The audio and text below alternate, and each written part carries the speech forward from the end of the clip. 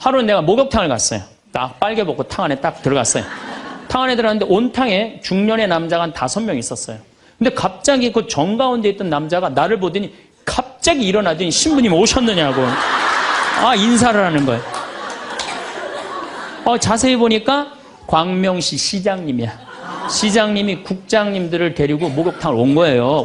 온천을 딱 왔는데 날 보더니 그 시장님이 일어나서 인사를 한 거야. 국장들이 이해가 안 가는 거야. 광명시에서는 누가 최고야?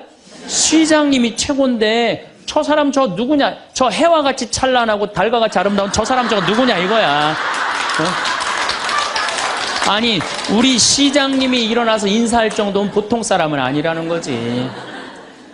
그 28의 젊은 나이에 시장님이 인사하고 국회의원들이 인사하면요. 처음에는 부담스럽다가 한두 번 받기 시작하면요. 내가 목이 뻣뻣해지기 시작해. 슬슬 기부수를 하기 시작하는 거야. 아니 시장 국회의원도 나한테 인사하는 판에 내가 누구한테 인사해? 교우들도 누가 먼저 인사해야 돼? 교우들이 먼저 인사해야 되는. 내가 인사 먼저 하지 않는 거예요. 나는 28에 신부가 됐어요. 아니 학생이다가 갑자기 신부가 됐는데 학교 다니다가 갑자기 신부된 거 아니에요. 7년 동안 신학교 하다가 맨날 학교에서 그냥 교수님한테 이 눈치 저 눈치 보다가 본당 신부 하다가 딱 신부 됐는데요. 교우들이요. 얼마나 사랑하고 존경하는 건지 1살서부터 100살까지 다 좋아하는 거예요.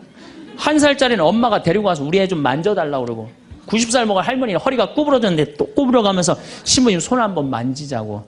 아니 그 젊은 나이에 어떻게 그렇게 존경받아요. 나는 판검사 그렇게 존경 못 받는다고 생각해요. 우리 신부니까 그렇게 존경을 받는 거예요. 악마의 유혹에 넘어가는 거죠. 교우들 무시하고 존중해 주지 않고. 예수님은 나는 섬김을 받으러 온 것이 아니라 섬기러 왔다고 그랬는데 이제 내가 섬김을 받는 입장에 이제 들어서는 거죠. 제가 한 번은 서울 모본당에 강의를 갔어요. 강의를 갔는데 이 강의를 하려고 했는데 마이크를 딱 잡았는데 마이크가 안 나오는 거예요. 마이크가 막 안 나오는데 막 사무장님이 막 쫓아 들어가더라고요. 한 2분이 지났는데 안 오는 거야. 안 나오는 거야. 관리장님이 또 들어갔는데 또 안 나오는 거야. 꾸리야 단장이 들어갔는데도 안 나오는 거야. 10분 동안 서서 있는데 참 멋쩍더라고요. 근데 제가 그 10분 동안 기다리면서 내가 미칠 뻔했어요. 내가 신학교 때 무슨 일을 했냐면 관리부장이라는 걸 했어요. 관리부장은 뭐냐면 신학교는 행사를 하고 야외 행사를 하면 우리가 다 마이크, 앰프 설치 다 했어요. 그걸 제가 다 했어요. 앰프 설치, 마이크. 그러니까 딱 보면은 알아요. 저건 저렇게 하면 금방 나온다. 어디를 가나, 무슨 기계를 봐나. 10분 동안 기다리면서 내가 거기 쫓아 들어가고 아는 척 하고 싶어서 내가 미칠 뻔했다니까요. 우리 인간은요, 누구에게나 무슨 유혹이 있느냐면 아는 척하고 싶은 유혹이 있는 거. 어느 인간에게나. 그게 나만 있는 게 아니라 여러분들도 다 있다는 거예요. 근데 여기에는 무서운 게 있어요. 뭐 무서운 게 있냐면 내가 아는 척을 하면서 다른 사람 무시하는 거예요. 교우들 무시하고 같이 사는 공동체 무시하고 듣지 않는 거예요. 아는 척 하려고 그럴 때 남의 얘기를 듣지 않을 때 아는 척하는 분들. 악마의 유혹에 넘어가는 분들이죠. 또 가진 척하는 분들. 이것도 뭐 그냥 전세 살면서 시계 막 롤렉스, 까르띠에 막 이런 거 차고 다니는 교우들 많아요. 가방. 우리나라가 4대 명품 시장이래잖아요. 가방도 보면 막 300만 원짜리 막 들고 다니는 자매들 많죠. 남편 월급이 300만 원인데 그걸 가방으로 바꿔갖고 한 달 내내 들고 다니는 거야. 한 달 내내. 아니 내가 밍크 코트를 하나 샀어. 밍크 코트를 샀는데 이거 한 번 1000만 원짜리인데 이거 입고 한번 성당에 나가야 되는데 이놈은 지구 온난화 때문에 왜 이렇게 겨울에 안 추워? 제발 좀 추워야지 한번 입고 나가는데 그래갖고 그냥 밍크 코트 입고 기다리다가 1월 말에 어떻게 하고 입고 나가면 속에는 그냥 민소매 소대나시 입고 그냥 치마 입고 그리고 그냥 밍크 코트 입고 나가는 사람들 많아요. 제가 우리 앞으로 뭐 내년 1월 15일 날 전력이 뭐 샷다운 된다고 그러잖아요. 그런데 보면은요, 호텔이나 백화점에 겨울에 가보면요, 다 반팔 입고 다녀요. 정신 나간 거죠. 가진 척. 그냥 겨울에 벗고 다니는 게 가진 척 하는 거 아닌데. 아는 척, 가진 척. 이거 다 해서 뭐 하고 싶어요? 잘난 척 하고 싶은 거예요. 여러분들 제일 꼴보기 싫은 게 뭐예요? 잘난 척 하는 거죠? 이쁜 여자들이 그냥 이쁜 척 하는 거. 이거 진짜 꼴보기 싫은 거죠. 근데 이쁘지도 않은데 이쁜 척하면 더 꼴보기 싫죠?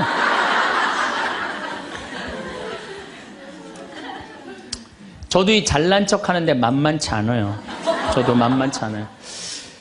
제가 수영을 참 좋아해요. 수영을 참 좋아해갖고 제가 수영장 25m 풀 40바퀴 한 번도 안 쉬고 한 번에 돌아요. 이 정도면 이렇게 감탄해주면 내가 기분이 너무 좋아요. 잘난 척 하는데 동참해주는 거 아니야. 네. 그리고 나는 점심 먹고 바다에 들어가면 저녁 먹을 때까지 바다에서 안 나와요. 그리고 저는 스킨스쿠버를 해요.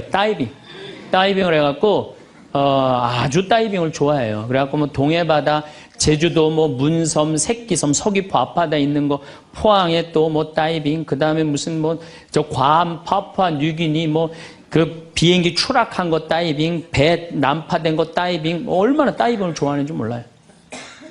그리고 내가 또 우리 신부들하고 한번 그 동해바다에 놀러를 갔는데 늦 여름이에요. 이제 속초에 이제 갔는데 사람들도 별로 많지도 않았어. 근데 막 한 젊은 애가 한 100kg가 되는 애가 튜브를 하고 막 자꾸 바닷속으로 들어가더라고. 여자친구가 빨리 나오라고. 근데 얘는 뭐 와라 막 그러는데 설악산에서 바람이 불어갖고 튜브가 뒤집어진 거야. 그리고 얘가 난 수영할 줄 알았는데 쑥 들어가더라고요. 그 나오디 막 살려달라고 그러더라고. 또 쑥 들어가는데 또 아무도 안 가더라고. 그래도 뭐 어떻게 해. 신부인데. 그래갖고 그냥 내가 막 쫓아 들어갔어요. 그랬더니 뭐 또 여기서 야 튜브 갖고 들어가. 걱정하지 마. 그래갖고 가보니까 너무 살이 찐 거예요. 그래갖고 그냥 다시 그냥 나와갖고 튜브를 다시 갖고 들어가갖고 목을 걸어갖고 끌고 나와갖고 물을 얼마나 얘가 토해냈는지 그 여자친구가 내가 너 때문에 못 쓴다고 막 때리고 그러는데 야 내가 죽은 사람도 내가 건져냈는데 술만 먹으면 이제 교우들한테 자랑을 하는 거예요. 내가 이런 사람이라고. 응. 근데 여자 하나가 신부님 훌륭하십니다. 대단하십니다. 여러분들처럼 그럼 내가 얼마나 기분이 좋아요. 나는 수영장 이 25m 풀 40바퀴 한 번도 안 쉰다니까 그 여자 한다는 소리가 자기는 25m 풀 100바퀴 한 번도 안 쉰다는 거야. 아니 그럴 때 교우가 신부가 그렇게 말하면은 아우 신부님 대단하십니다. 그럼 얼마나 좋아요. 자기도 이제 잘난 척 하고 싶은 거지. 머리채를 다 확 젖뜯고 싶더라고요. 내가 또 질 수 있어? 아니, 나는 내가 신학교 때 단축 마라톤 내가 12km 토요일마다 맨날 뛰었다니까 자기는 42.195km 10번 완주패가 있다는 거예요. 우리가 한번 잘난 척 하기 시작하면 어떤 현상이 일어나느냐 하면은 내가 아는 유명한 사람, 내가 아는 유명한 정치인, 별 얘기를 다 해요. 다 끄집어내. 내 것도 아닌데. 지기 싫은 거지. 네. 그래갖고 이 잘난 척이 악마의 유혹에 넘어가는 거예요. 그런데 정말로 훌륭한 건 아는 것도 많고 가진 것도 많고 잘난 것도 많은데 주일날 반도 되고 차량 주차 봉사하는 형제들. 여기 내가 정말 부자야. 남편도 대단해. 그런데 그런 거 티 한 번 안 내고 성모에 설거지하는 자매들. 구역장 반장 봉사하는 자매들. 난 이분들이 훌륭한 분들이라고 생각해요. 예수님은 나는 섬김을 받으러 온 것이 아니라 섬기러 왔다고 그러죠. 근데 우리는 이상하게 이 잘난 걸 하면서 정말로 창피를 많이 당해요. 어떤 대령이 대령 진급을 한 거야. 3개, 밥풀떼기 3개, 무궁화 3개를 딱 하고 너무 기분이 좋은 거야. 누구한테 자랑을 하고 싶은 거야. 중령에서 대령으로. 근데 딱 이제 하는데 딱 이병이 딱 들어오니 딱 인사를 하니까 자랑을 하고 싶은 이병한테 뭐 자랑할 게 뭐 있어요. 그래갖고 전화를 딱 잡아갖고 잠깐만 기다리라고 내가 좀 중요한 전화가 있다고. 장군님, 무슨 김장군님하고 뭐 같이 우리 셋이 장군님 2분하고 식사할까요? 그리고 기분 좋게 딱 전화를 끊었어. 그래갖고 대령이 물어봤어. 자네 무슨 일 때문에 왔는가? 전화선 연결하려고 왔는데요. 그러면 여러분들 우리가 그럴 때가 많아요. 사실은 예, 정말 어처구니 없는 잘난 척을 해서 빠지는 늪이죠. 늪. 우리는 그런 늪에 빠지면 안 되지 않는가. 제가 홍콩에 가갖고 인도 신부 이렇게 이제 강의를 들은 적이 있어요. 근데 그 신부님이 참 재미난 얘기를 하더라고요. 한 성가대가 있는데 이 성가대에 30명인데 소프라노 자매 하나가 음이 자꾸 틀리는 거야. 음이 자꾸 틀려갖고 지휘자가 머리가 지끈지끈한 거야. 그래서 본당 신부를 찾아가서 신부님 우리 성가대에 소프라노 하나가 있는데 음도 틀리고 박자도 틀려갖고 성가대가 안 된다. 그러니까 신부님 제발 그 여자 좀 관두게 해라. 신부님 화가 났어요.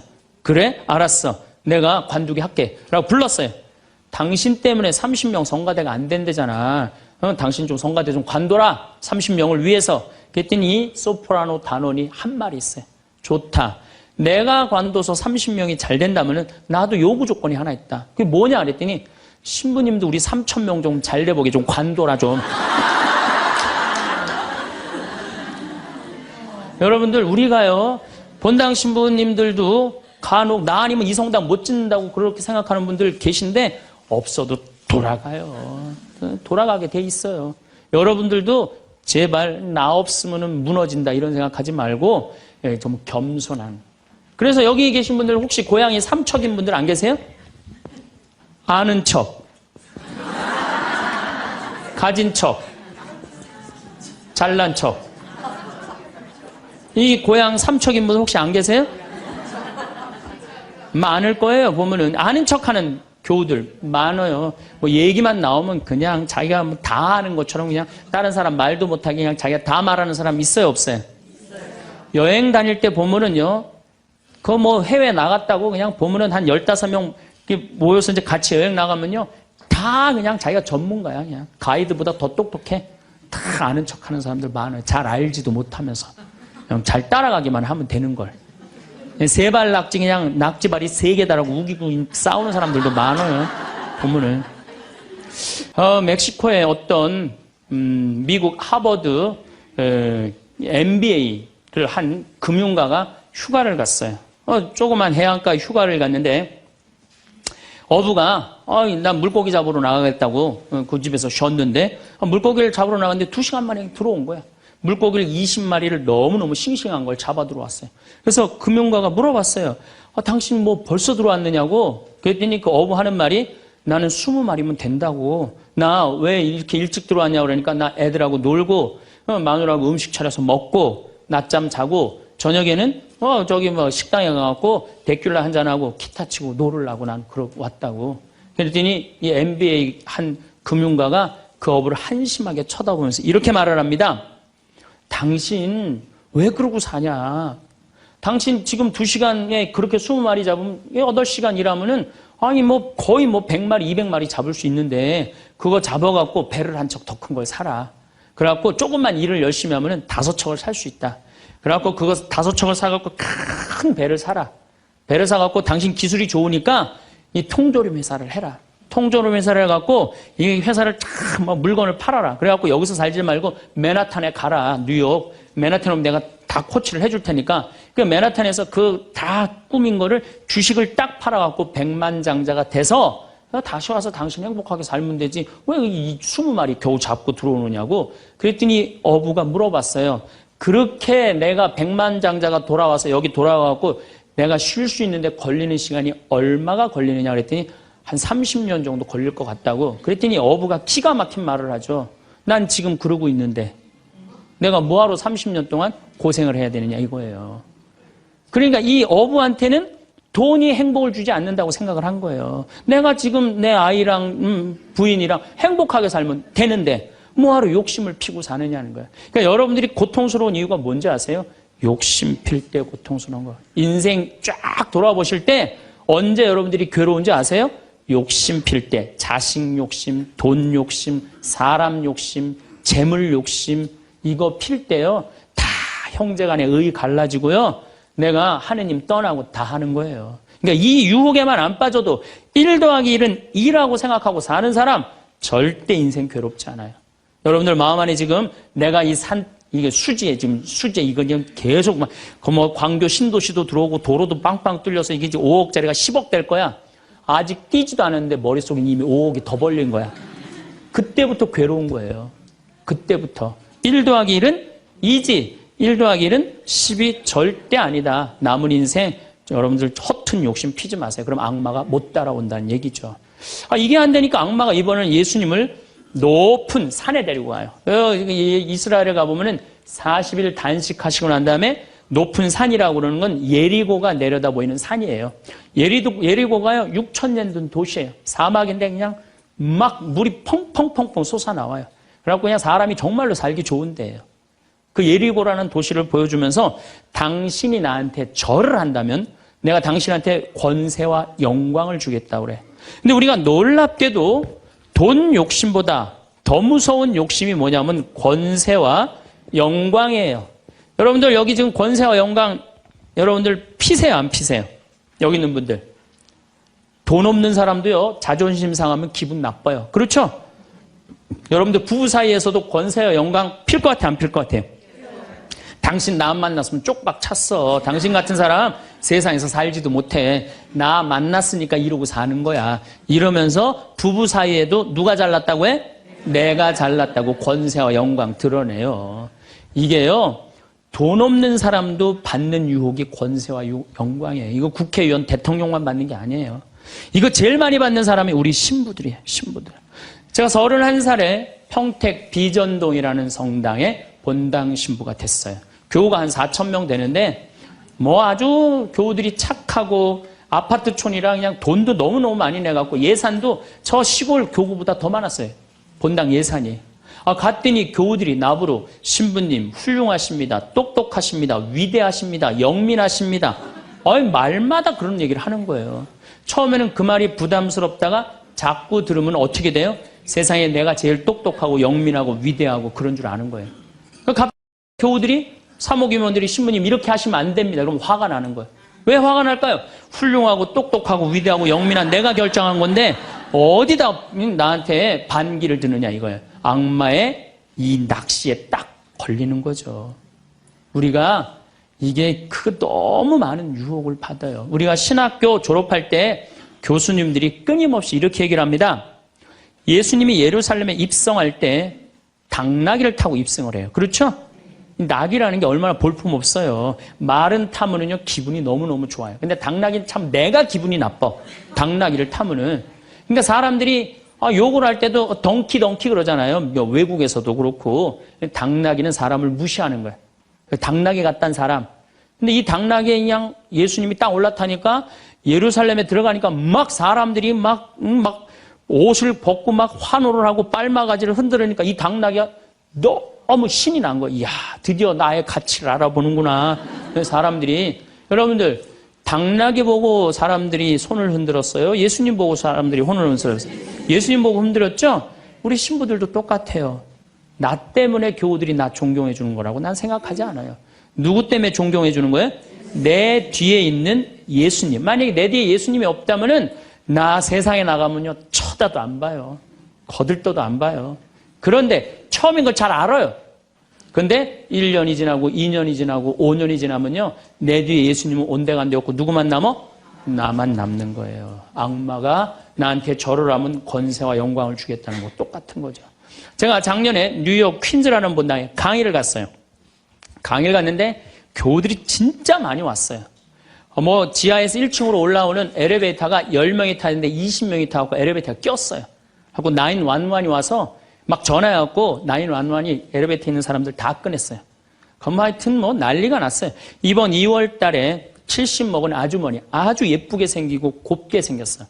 요즘 70 먹어도 정말로 아줌마야. 아줌마가 딱 와서 신부님 제가 뉴욕 퀸즈에서 왔습니다. 저를 아십니까? 그래서 잘 모르겠는데요. 제가요 누구냐면요 신부님 강의 오셨을 때 엘리베이터에 낀 여자입니다. 그리고 왔어. 그런데 신부님이 그 강의를 했을 때 화가 나십니까? 라는 CD 그거를 사서 아들이 뉴욕 의대 수술 집도이래요. 대단한 거죠. NYU 대학의 수술 집도이면. 근데 우울증이 있었는데 그걸 출퇴근에 듣고 다니면서 맨날 웃어서 우울증이 없어졌다는 거예요. 그러니까 아들이 한국에 돌아가면은 꼭 평창에 가고 신부님한테 고맙다고 얘기하라고. 내가 그 정도로 대단했다는 얘기예요. 네. 그래갖고 이제 강의가 끝나고 그 가브리엘 신부님이라고 1.5세 신부님인데 아주 정말로 젠틀한 신부님이야. 같이 이제 사제관을 가는데 여자 하나가 따라오는데 미국 여자가 따라오는 거예요. 영어로 막 떠드는 거예요. 뭐라고. 근데 대충 그런 얘기예요. 자기는 한국말을 모르는데 신부님 강의에 감동받았다는 거예요. 이야, 내 강의 이제 감동받다 못해 이제 미국 여자까지 내 강의 감동을 받는구나. 고맙다고. 근데 본당 신부님 자꾸 빨리 가재는 거예요. 기분이 나쁘더라고요. 지금 미국 여자가 내가 감동받아서 얘기하자는데 말 끊으니까. 그래도 어떻게 본당심이 최고 아니에요. 나는 초청 받아서 간 사람이고. 그래서 다음에 얘기하자고 고맙다. 그리고 신부님하고 사제관으로 가는데 신부님이 그 여자가 안 보이니까 나한테 하는 소리가 신부님 저 여자 이거라고 이거. 우리가 한번 권세와 영광을 추구하다 보면요 주는 것도 덥석덥석 받아먹는 게 인간이에요. 주는 것도 덥석덥석 받아먹는 게 인간이에요. 여러분들 지금 대통령은 아니더라도 전 대통령들 청와대에 들어갈 때 보면 다 70% 지지율이 들어갈 때 근데 나올 땐 전부 똑같이 10%대였어. 다. 왜 10%대로 떨어질까요? 5년 동안 밑에 있는 사람들이 훌륭하십니다. 대단하십니다. 위대하십니다. 영민하십니다. 5년 동안 들으면요 5년째 판단력이 흐려지는 거예요. 그런데 이거는 대통령뿐만 아니라 저나 여러분들이나 누구에게나 빠질 수 있는 유혹이야. 나 없으면은 이 집 망한다. 나 없으면 우리 사목회 망한다. 나 없으면 우리 구역 망한다. 나 없으면 우리 레지오 망한다. 나 없으면은 우리 성모회 망한다. 절대 그런 생각하지 마세요. 없어져도요 잘 돌아가요. 그랬더니 예수님이 한 분이신 하느님만을 경배하여. 정말 어쩜 말씀마다 이렇게 맞는 말씀만 하세요.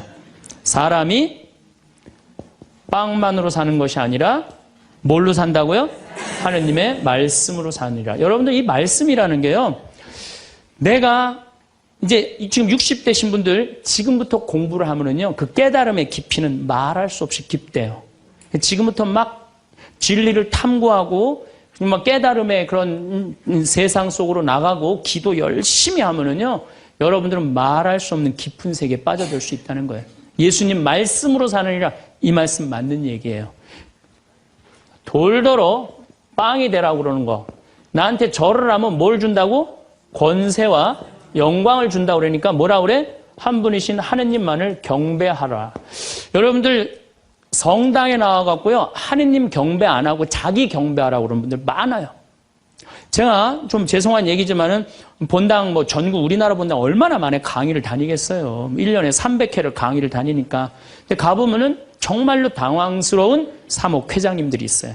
어떤 사목회장님들이 있느냐면 꼭 본당 신부 옆에 꼭 차를 세워놔. 근데 그 사목회장님 참 벤치야. 근데 본당 신부 참 보면 무슨 아반떼 이런 거 시골 같은 데 가보면은 나는 정말로 좀 그렇더라고요. 아니 벤츠를 좀 총회장이면은 벤츠를 세워줄 때면 신부님은 그랜저는 사주고 벤츠를 세워줄 거 아니야. 나 총회장이고 벤츠 있다 이거야. 근데 더 기가 막힌 거는 어떤 경우냐면 그 사목회장님 이런 말하는 분들 많이 있어요. 내가 이 성당 졌다고. 이런 분들 많아요. 이제 완전히 아무것도 안 보이는 거지. 예, 자기가 누군지 모르는 거죠. 이런 유혹에 빠지는 분들 참 많아요. 성당에 여러분들 뭐하러 나오는 거야? 하느님 경배하려고 나오는 거예요. 하느님 섬기려고 나오는 거지 나 잘난 척하려고 나 아는 척하려고 성당 나오는 거 아니라는 거죠. 그래서 이 유혹에 여러분들 빠지시면은 절대 안 된다. 자, 그랬더니 악마가 이번에는 예수님 어디로 악마가 데리고 가느냐면 예루살렘 성전 꼭대기에 데리고 올라와요. 당신이 하느님의 아들이거든 뛰어내려 보시오. 하느님의 아들이거든 뛰어내려. 시험하는 거 시험. 그런데 놀랍게도 돈에 대한 유혹보다 권세와 영광에 대한 유혹보다 더 많이 받는 유혹이 신앙의 시험이에요. 신앙의 시험. 여러분들 유혹에 빠지세요 안 빠지세요? 많이 빠져요. 하느님이 계실까 안 계실까 이거 의심하는 사람들 많아요. 여기 있는 분들 난 의심 한 번도 안 했다. 그거는 있을 수 없는 일이에요. 의심 안 할 수가 없어요. 우리 인간은. 성인들도 마지막까지 악마들이 유혹을 한다는 거죠. 성인들도. 우리나라 한국 천주교 교우들이 505만 명이에요. 505만 명인데 어때? 주일날 미사참여 125만 명밖에 안 나와요. 그럼 380만 명은 뭐야? 유혹에 빠진 거예요. 유혹에 빠져갖고 성당에 안 나오는 거예요. 여러분들도 집안에 유혹에 빠져서 성당 안 나오는 사람도 있어요 없어요? 있어요. 이 유혹에 안 빠지려면 우리는 항상 깨어서 기도해야 돼. 항상 깨어서. 악마가 뭐라고 유혹하죠? 주일날 새벽 미사를 이제 가야 돼. 일이 많아갖고 그러니까 그냥 새벽에 또 무지하게 추워. 악마가 속삭여. 야 이렇게 추운데 너 일주일 동안 고생했는데 잠이라도 푹 자야 될 거 아니냐. 그래갖고 그냥 아이 그래 대미사 가자. 미사는 대미사가 최고야. 악마가 또 꼬셔요.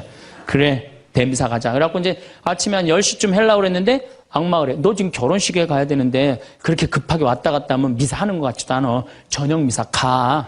그래? 그럼 저녁 미사 내가 가야지. 결혼식 갔다 와갖고 저녁 미사 가려고 그랬더니 악마가 하는 말이 이번 주 깔끔하게 제끼고 다음 주부터 열심히 나가자. 거기에 이제 한 번 빠지고 두 번 빠지고 그러면은 어떻게 돼요? 아예 성당에 가기 싫은 거예요. 그래서 우리가 악마는요, 한 분이신 하느님을 시험하지 말아라. 그랬는데 뭐라고 그러고 떠나냐면 다음 기회를 엿보고 떠나. 다음 기회를 엿보고. 우리 인간이 받는 유혹이 가장 많이 받는 유혹이 돈에 대한 유혹입니다. 근데 1 더하기 1은 2지 1 더하기 1은 절대 10이 아닙니다. 더욱이 이제 2만 달러가 넘었으면은요, 떼돈이 순식간에 버는 그런 시대는 지납니다. 2만 달러는 내가 노력한 만큼, 그리고 뭐 5천 달러에서 2만 달러 올라갈 때는 세금도 막 떼어먹어도 돼요. 2만 달러가 넘어가면 투명한 시대가 되기 때문에 세금도 못 떼어먹어요. 이제는 어떻게 하는 사람이 이 세상에서 제일 속 편하냐면은 법대로 사는 사람이에요. 1 더하기 1은 2라고 생각하고 특별하게 내가 노력한 만큼의 성과를 얻는다고 생각하는 사람은요, 절대 악마한테 유혹받지 않습니다. 또 돌도로 빵이 되라고 그러는 거나 돌머리도로 서울대학 들어가려는 거나 똑같은 거다. 여러분들, 서울대학 들어간다고 행복한 건 절대 아니다. 여러분들, 의사가 행복 지수가요, 180개 의사 직업 가운데 의사가 179등이라는 통계도 있어요. 그리고 항상 의사가 만족도, 직업 만족도 항상 꼴등이에요. 항상. 얼마나 스트레스를 받는지 몰라요. 오진하면 오진해서 스트레스, 환자가 너무 오면 너무 와서 스트레스, 안 오면 안 와서 스트레스예요. 그 비싼 학비 어렵게 공부하고. 그러니까 출세한다고 행복한 건 아니다. 자, 이제 여러분들 이 자식한테 미쳐갖고 자식한테 일생을 보냈어요. 그러면은 60이 돼서 자식이 여러분들하고 살아주겠어요? 그럼 누가 여러분들하고 산다고요? 남편이 살아요. 남편이. 그런데 같이 사랑을 결혼해갖고 사랑의 탑을 하나도 쌓지 않은 거예요. 혹시 내가 궁금해서 물어보는 거예요. 혹시 여기 계신 분들 중에 결혼할 때 정말로 남편 정말로 사랑해서 결혼하신 분들 혹시 계세요? 정말 궁금해서 물어보는 거예요. 궁금해서. 아, 있으세요? 자, 여러분들 착각하는 게 있어요.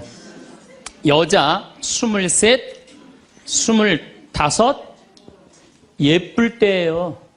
피부 기가 막힐 때예요. 그 다음에 허리 잘록해요. 허리 잘록해갖고 치마 입혀놓으면요 너무 예뻐. 맵시도 나고요. 피부도 좀 전에 30살 먹은 반장님 내가 봤는데 좀 예술이야. 30살만 해도 가슴도 예쁘고. 그런 이 에스트로겐이 이 23, 5때는 에스트로겐이 막 쏟아져 나오는 거예요. 막 쏟아져 나오는 거예요. 이런 예쁜 여자를 27, 8살 먹은 남자가요 웬만하면은요 반하게 돼 있어요. 그건 사랑해서 반하는 게 아니에요.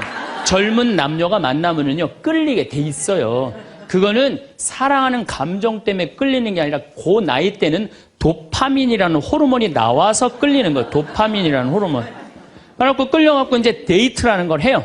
데이트를 했는데 이 남자 여자가 같이 데이트를 하면은 손도 잡고 막 그러잖아요. 손도 잡고 팔짱도 끼면은요 너무 행복하고 황홀해요.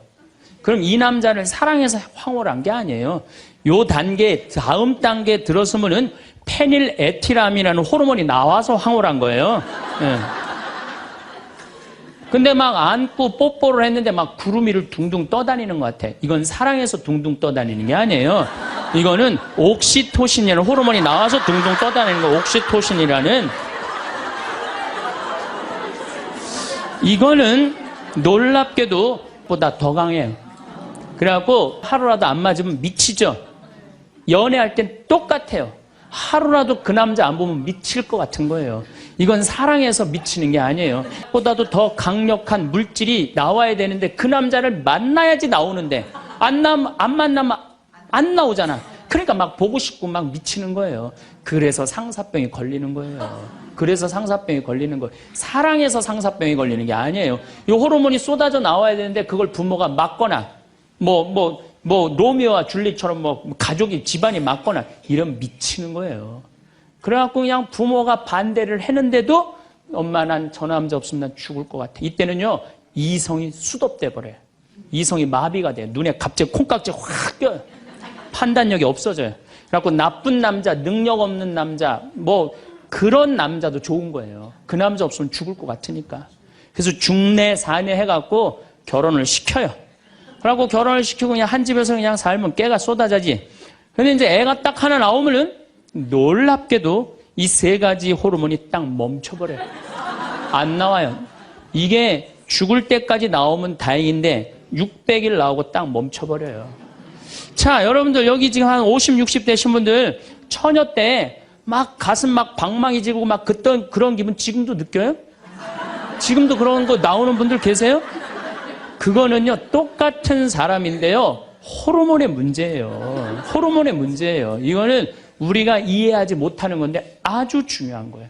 아주 중요한 거예요. 여자를 보면 막 가슴이 막 뛰고 막 손만 만져도 그냥 1년 동안 막 그 느낌이 그냥 가고 막 이러는 게 호르몬은 사랑 때문에 그런 게 아니라니까요. 그럼 호르몬이 멈췄는지 어떻게 알 수 있느냐? 어떻게 알 수 있느냐? 젊었을 때는 치마만 입고 그냥 브라우스만 입어도 그냥 남자가 그냥 가슴이 나 터질 것 같다고 너 보면 너무 행복해서. 그런데 결혼해갖고 애가 하나 나와갖고 옷을 벗고 왔다 갔다 하는데 남편이 이러는 거예요. 야, 춥고 안 보이잖아. 왜 왔다 갔다 해? 테레비 앞에서 빨리 비켜. 아니 옷을 벗고 왔다 갔다 하는데도 테레비 안 보인다고 비키라고 그러면은요 이 호르몬은 딱 멈춘 거예요. 끝난 거야. 이건 끝난 거예요. 근데 놀랍게도 우리가 어떤 착각을 하느냐면은 사랑이 식었다고 생각해요. 사랑이 식었다고. 그게 아니에요. 이 호르몬이 쏟아져 나올 때 하느님이 남녀를 묶어준 거예요. 그럼 결혼을 해서부터 사랑의 탑을 쌓아가야 돼. 계속 쌓아가야 돼. 근데 우리는 딱 결혼하자마자 엄마는, 이 문제는 애가 하나 나오면 여자는 옥시토신이 계속 나와요.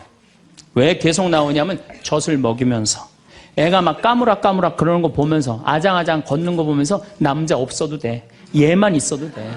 그냥 얘한테 미치는 거예요. 그럼 남자는 또 뭐를 갈구하냐면 도파민을 갈구해요. 도파민이라는 건 남녀가 처음 만났을 때 첫눈에 반하는 때 나오는 호르몬이에요. 그러니까 이제 부인한테는 안 나오는 거야. 그냥 나가 젊은 여자한테 전전긍긍하면서 그냥 그 도파민 맛을 계속 느끼는 거예요. 그 여자는 자식 키우는데 미쳐있고 남자 나가서 돈 버는데 바깥에서 미쳐있는 거예요. 그렇게 30년 동안 남남으로 사는 거예요. 남남으로 살다가 남자는 이제 60이 넘어갖고 사회에서 가라고 그러니까 집에 들어오고 여자는 이제 자유롭게 살라고 그랬더니 이게 완전 체인징 파트너를 하는 거냐. 그래갖고 남편이 집에 들어왔고 사랑이 하나도 없는 사람, 사랑하는 사람 밥 세끼 차려주는 것도 힘든데 사랑하지도 않는 남자 밥 세끼 차려주는 거 좋아요, 나빠요? 나빠요? 좋아요? 이 자기는 손이 없어, 발이 없어. 손 하나 까딱 안 하고 밥 세끼 차려내라 뭐라 그러면서 차려줘요, 부엌에서. 삼식이. 이 뒷말은 내가 안 하겠어요. 방송에 나가갖고 밥 세끼 차려달란다고. 두 끼 차려달라면 뭐라 그래? 두 식이 그냥 밥 세끼 차려달라고.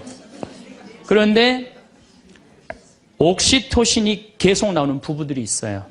결혼하고부터 같이 여행도 다니고 포장마차도 가고 산책도 다니고 서로 그냥 위해주고 이런 부부들은 60이 되면은요 남편이 이런 생각이 든대요.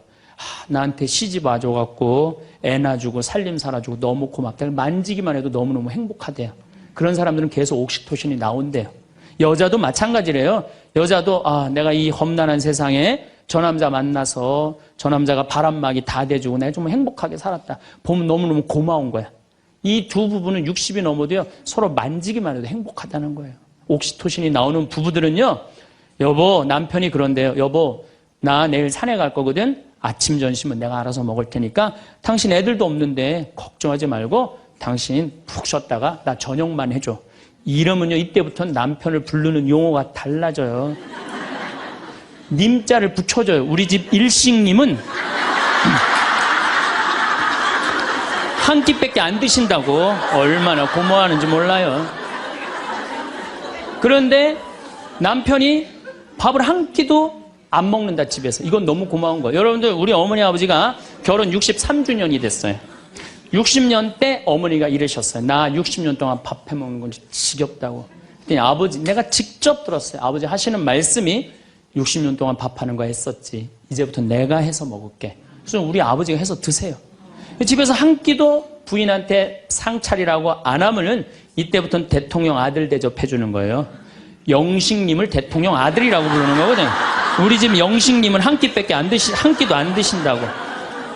그런데 이 남편이 밥 세 끼 차려달라는 것도 모자라서 간식을 내놓으라고 그러네. 그럼 뭐라 그래? 간나이. 간식 차려내란다고. 그런데 간식을 종종 차려내라고 그러네. 그럼 뭐라 그래? 종간나이.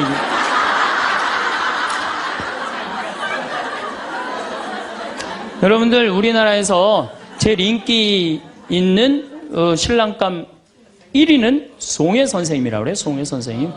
송혜 선생님은 전국 노래자랑하러 다니느냐고 생전 집에서 밥을 안 먹는데.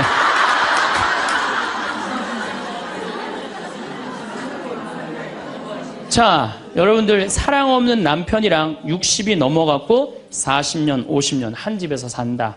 만만치 않은 일이에요. 보통 심각한 문제가 아니에요. 네. 그런데 우리는 60이 넘어서도 누구한테 미쳐있느냐면 아직도 정신 못 차려. 자식한테 미쳐있어요. 일본은 60이 넘어서 자식들 생활비 대주는 비율이 8%예요. 홍콩은 60이 넘어서 자식들 생활비 대주는 게 11%예요. 우리나라는 60이 넘어서 자식들 생활비 대주는 비율이 83%예요. 자식한테 미쳐있는 거예요. 원숭이가 바나나를 못 나서 자기 목숨을 잃어버리듯이 대한민국 60대 할머니, 할아버지들은, 특히 할머니들은 누굴 못 낳아? 자식을 못 낳아서 본인의 인생을 다 망치는 거예요. 나머지 50년, 60년 인생을 다 망치는 거예요. 남편도 없고 자기도 없는 거예요.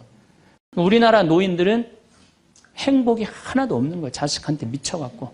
자, 이제 60부터, 지금 태어나면서부터 아인슈타인부터 지금 시작을 했어요.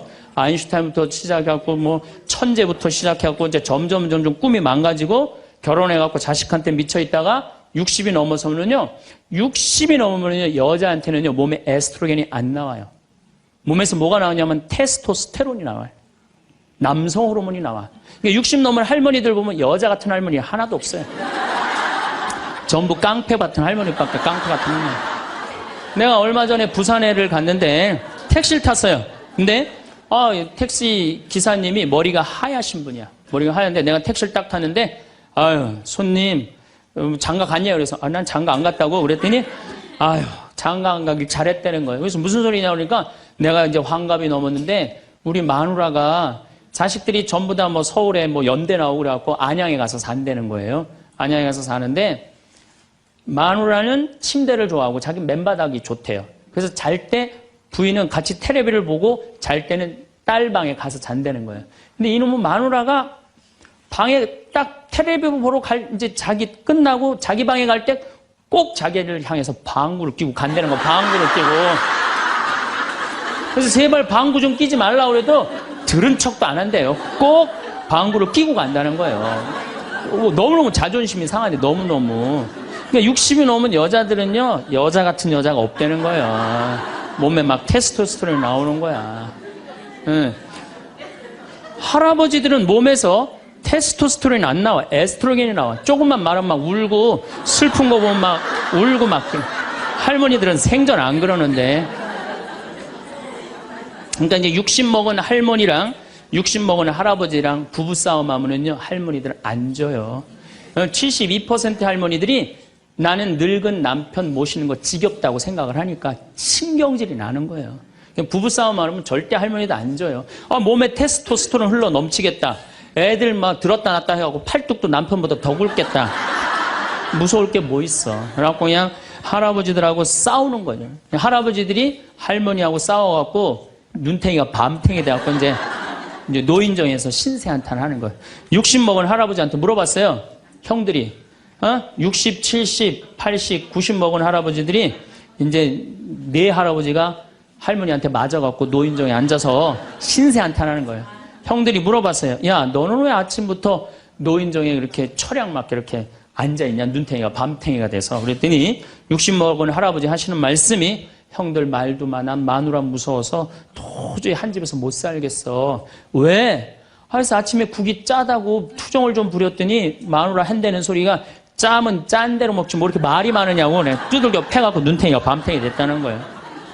아니 그러는 형은 왜 눈탱이 밤탱이 됐냐고 그러니까 이놈의 마누라가 해만 뜨면 가방을 여러분도 오늘 가방 들고 나왔죠. 해만 뜨면 가방을 들고 그냥 어딜 나가길래 나 밥 안 차려주고 어딜 그렇게 나가냐 그러니 내가 나가 돌아다니는데 당신 보태준 게 뭐 있느냐고 두들겨 패갖고 눈탱이 밤탱이 됐다는 거예요. 아 그러는 형은 왜 눈탱이 밤탱이 됐냐고 80 먹은 형한테 물어봤어요. 그랬더니 80 먹은 형이 하시는 말씀이 난 집에 있는 게 하도 심심해서 마누라 나가는 길에 나도 따라 나가면 안 되냐 그랬더니 어딜 따라 나오냐고 그러고 두들겨 패갖고 눈탱이 밤탱이 됐다는 거예요. 90 먹은 그러는 형은 왜 눈탱이 밤탱이 됐냐고 그러니까 그래서 아침에 눈을 떴더니 마누라가 밤새 안 죽고 또 눈 떴다고. 그래갖고 요즘에 90 먹은 할아버지들이 고민이 많대요. 아침에 일어나갖고 눈을 떠야 되는 건지 말아야 되는 건지 고민이 많대.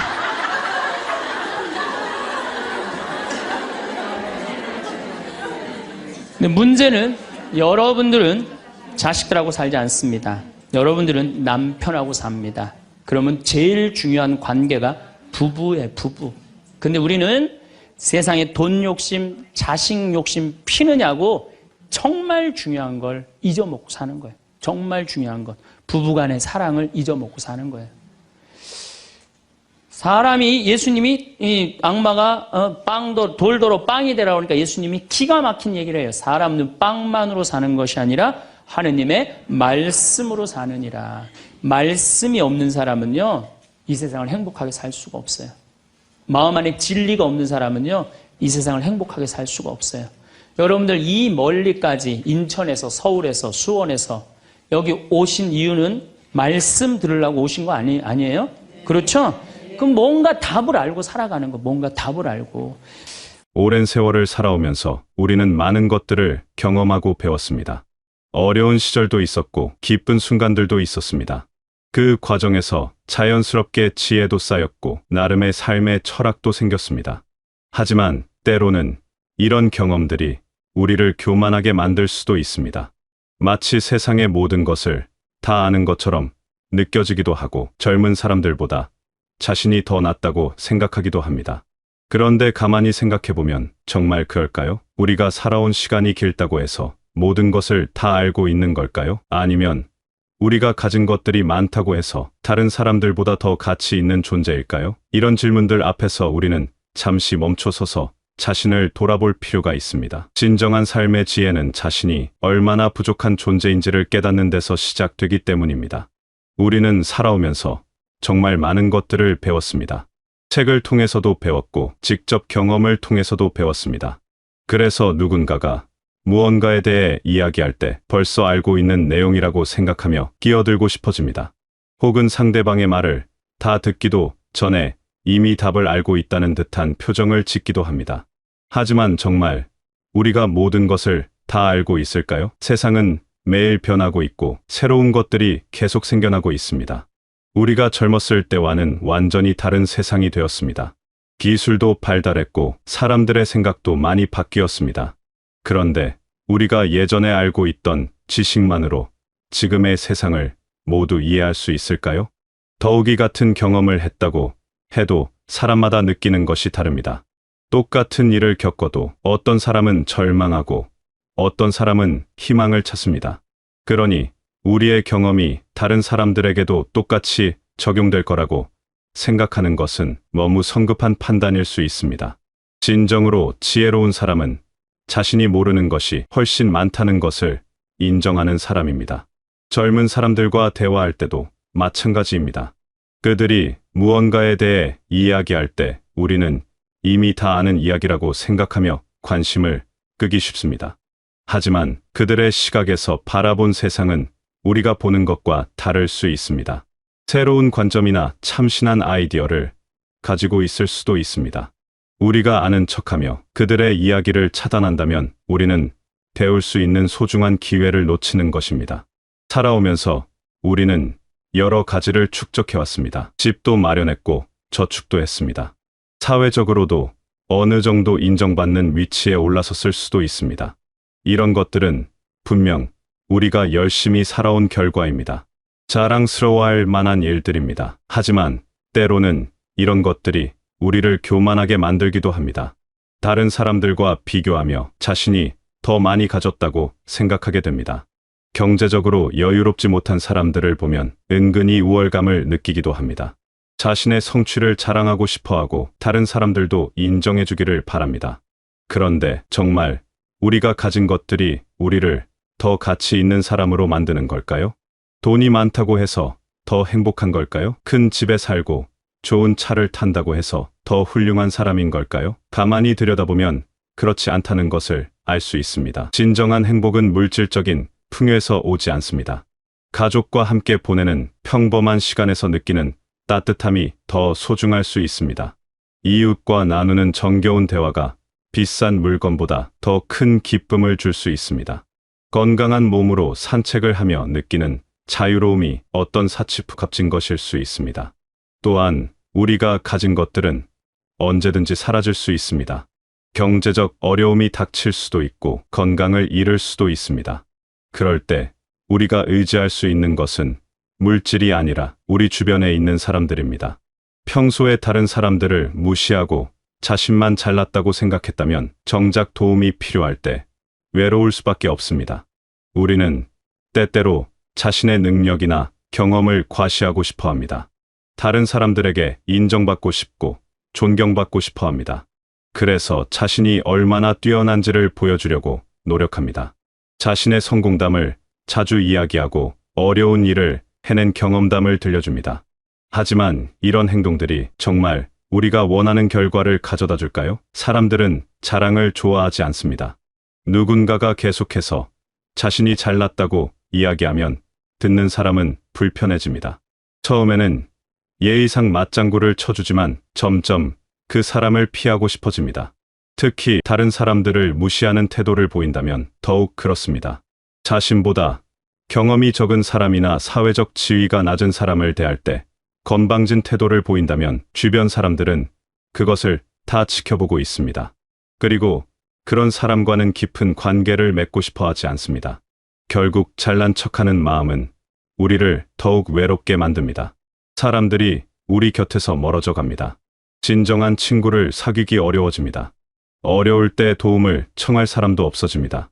자신이 뛰어나다고 생각했던 것들이 오히려 자신을 고립시키는 벽이 되어버리는 것입니다. 반대로 겸손한 사람들을 생각해 보십시오. 자신을 낮추고 다른 사람들을 존중하는 사람들 주변에는 항상 사람들이 모여듭니다.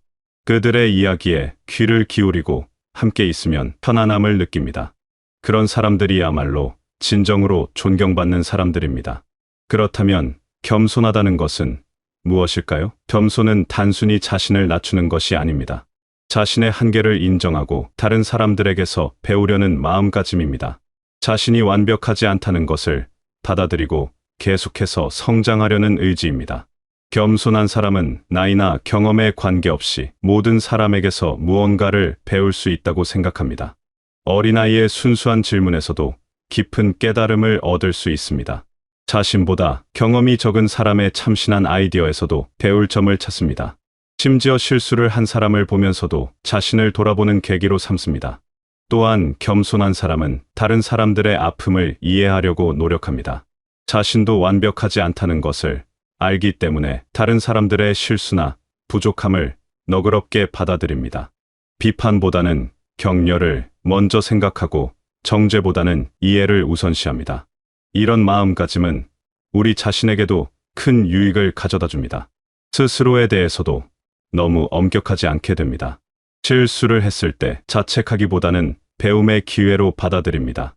완벽하지 않아도 괜찮다는 것을 알기 때문에 마음이 편해집니다.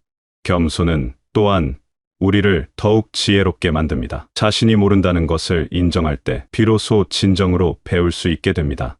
안다고 생각하면 더 이상 배우려 하지 않지만 모른다고 인정하면 계속해서 새로운 것을 흡수할 수 있습니다. 이것이야말로 평생에 걸친 성장의 비결입니다. 겸손한 마음은 특히 사람들과의 관계에서 빛을 발합니다. 다른 사람을 대할 때 자신이 더 낫다는 생각을 버리고 똑같은 인간으로 대한다면 관계는 훨씬 깊어집니다. 상대방도 그런 마음을 느끼고 마음을 열게 됩니다. 가족들과의 관계에서도 마찬가지입니다. 자녀들이나 손자녀들과 대화할 때 자신의 경험을 강요하기보다는 그들의 이야기를 들어주는 것이 더 중요합니다. 그들의 세대는 우리와는 다른 환경에서 살고 있고 다른 고민을 하고 있습니다. 우리의 기준으로 판단하기보다는 그들의 입장에서 이해하려고 노력해야 합니다. 이웃들과의 관계에서도 겸손한 마음이 필요합니다. 경제적 형편이 다르거나 사회적 배경이 다르다고 해서 차별하지 않는 것입니다. 모든 사람에게는 각자의 사연이 있고 나름의 어려움이 있습니다. 겉으로 드러나는 것만으로 사람을 판단해서는 안 됩니다. 또한 다른 사람들을 도울 때도 겸손한 마음이 중요합니다. 도움을 준다고 해서 상대방보다 우월하다고 생각해서는 안 됩니다. 오히려 도움을 받는 사람에게서도 배울 점이 있을 수 있습니다. 그들의 강인한 의지력이나 긍정적인 마음가짐에서 감동을 받을 수도 있습니다. 겸손은 하루아침에 이루어지는 것이 아닙니다. 매일매일의 작은 실천이 쌓여서 만들어지는 것입니다. 아침에 일어나서 거울을 볼 때마다 자신에게 물어보는 것입니다. 오늘 하루도 겸손한 마음으로 살 것인지를 말입니다. 다른 사람과 대화할 때는 먼저 들어주는 연습을 해야 합니다. 상대방이 무슨 이야기를 하는지 끝까지 귀 기울여 듣는 것입니다. 중간에 끼어들어 자신의 경험담을 늘어놓고 싶은 마음을 참고 상대방의 말에 집중하는 것입니다. 쇼핑을 하거나 식당에 갔을 때도 겸손한 마음을 실천할 수 있습니다. 나이가 많다고 해서 젊은 직원들을 함부로 대하지 않는 것입니다. 정중하게 말하고 고맙다는 인사를 잊지 않는 것입니다. 작은 실수가 있어도 너그럽게 넘어가는 것입니다. 대중교통을 이용할 때도 마찬가지입니다. 자신이 연장자라고 해서 당연히 자리를 양보받아야 한다고 생각하지 않는 것입니다. 오히려 더 필요한 사람이 있다면 기꺼이 자리를 내어주는 것입니다. 이런 작은 배려가 모여서 아름다운 사회를 만들어가는 것입니다. 집에서도 겸손한 마음을 실천할 수 있습니다. 가족들에게 자신의 의견을 강요하지 않고 그들의 생각도 존중하는 것입니다. 자신이 항상 옳다고 생각하지 않고 때로는 잘못을 인정하고 사과하는 것입니다. 어떤 분들은 이렇게 생각할 수도 있습니다. 지금까지 살아온 방식을 바꾸기에는 너무 늦었다고 말입니다. 평생 동안 쌓인 습관을 고치기는 어렵다고 생각할 수도 있습니다. 하지만 변화는 언제나 가능합니다. 나이가 들었다고 해서 변할 수 없는 것은 아닙니다. 오히려 인생의 경험이 많아질수록 진정한 가치가 무엇인지 더 잘 알 수 있습니다. 젊었을 때는 보이지 않았던 것들이 이제는 보입니다. 중요하다고 생각했던 것들이 사실은 그리 중요하지 않았다는 것을 깨닫습니다. 이런 깨달음이야말로 겸손한 마음의 시작입니다. 변화는 작은 것부터 시작하면 됩니다.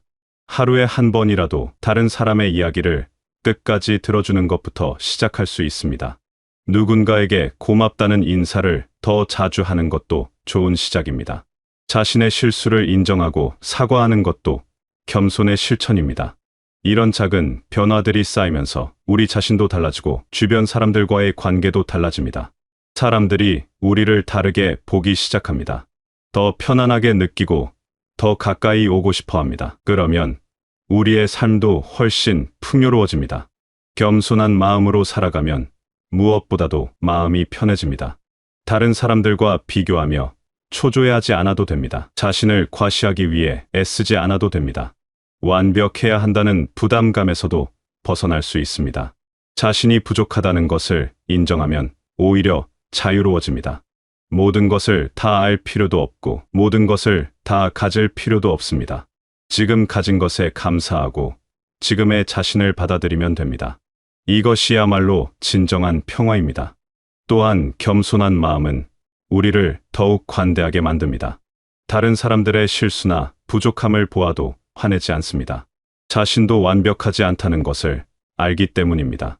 이런 관대함은 주변 사람들에게도 전해져서 더 따뜻한 관계를 만들어갑니다. 겸손은 또한 우리에게 진정한 기쁨을 가져다 줍니다. 다른 사람의 성공을 보며 질투하지 않고 함께 기뻐할 수 있게 됩니다. 젊은 사람들의 패기를 보며 부러워하지 않고 격려할 수 있게 됩니다. 이런 마음으로 살아가면 매일매일이 더 즐거워집니다. 이 인생은 유한합니다. 우리에게 주어진 시간은 제한되어 있습니다. 그렇다면 남은 시간을 어떻게 보낼 것인지가 중요합니다. 다른 사람들을 무시하고 자신만 잘났다고 생각하며 보낼 것인지 아니면 겸손한 마음으로 사람들과 따뜻한 관계를 만들어가며 보낼 것인지 선택해야 합니다. 겸손한 마음으로 산다는 것은 약해진다는 뜻이 아닙니다. 오히려 진정으로 강해지는 것입니다.